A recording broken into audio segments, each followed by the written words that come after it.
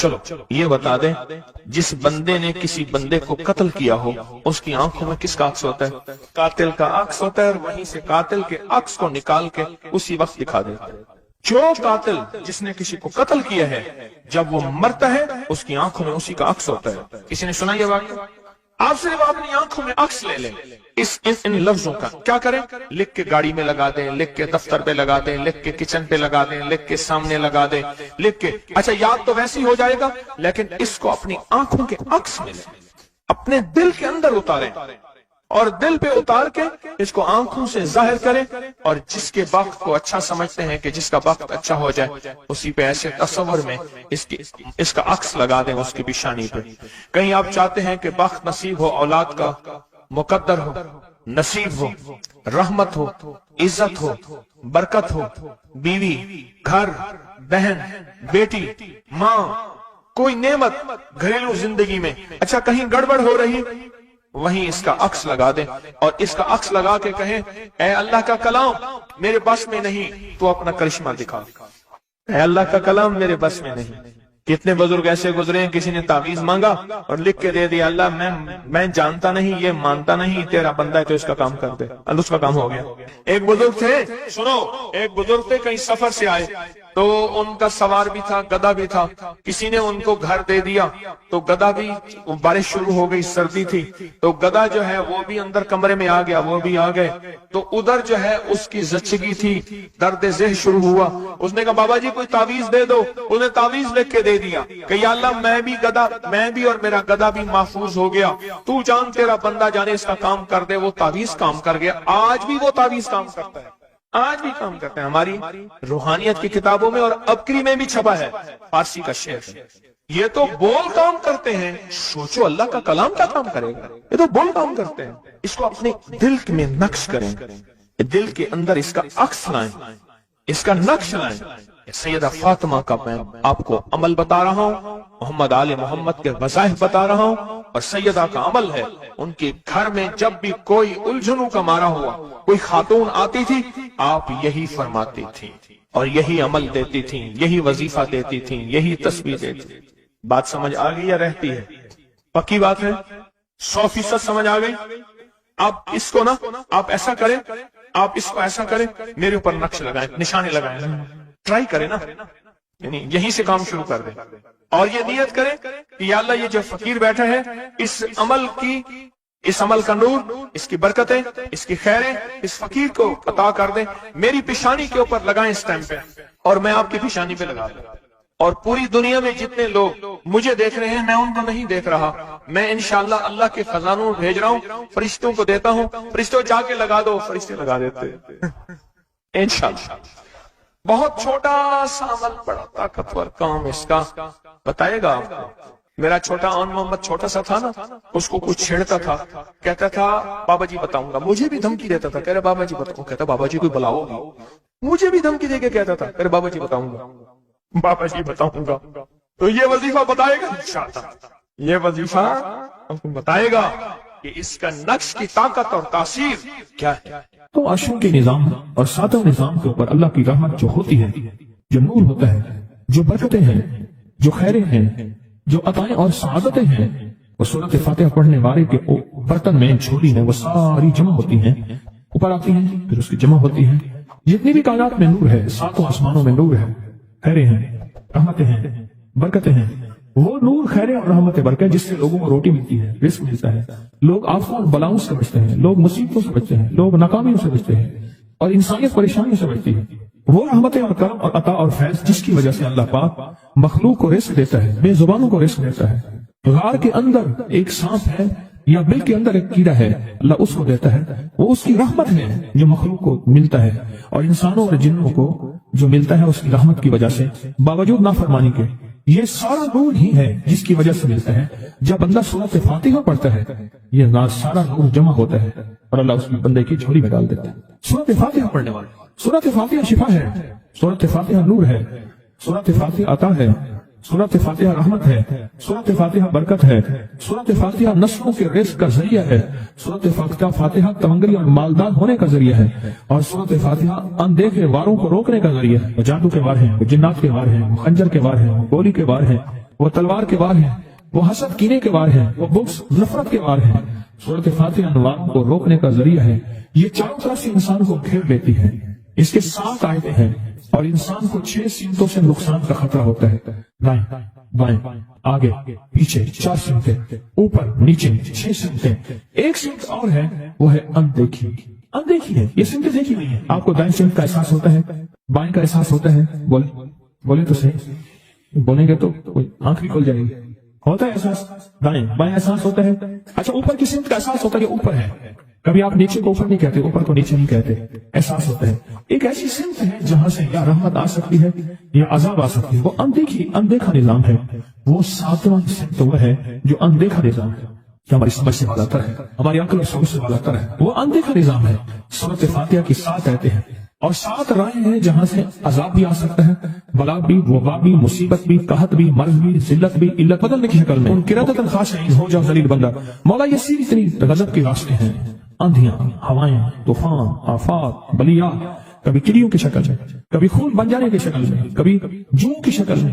ایسا ہی آقا جتنے بھی ہیں تیرے غضب کے راستے، بیماریاں، وبائیں، تکلیفیں، ظالم بادشاہ دشمن کی شکل میں، جادو جنات کی شکل میں، آفات بلیات کی شکل میں، ایسا بھی آقا میں ان سے تیری پناہ چاہتا ہوں۔ حقیقت فاتحہ انعام کے راستے، سارے ملنے کے راستے دیکھ کے اور سارے چھننے کے راستے، لفظ پہ غور کیجیے گا، لفظ پہ توجہ کیجیے گا۔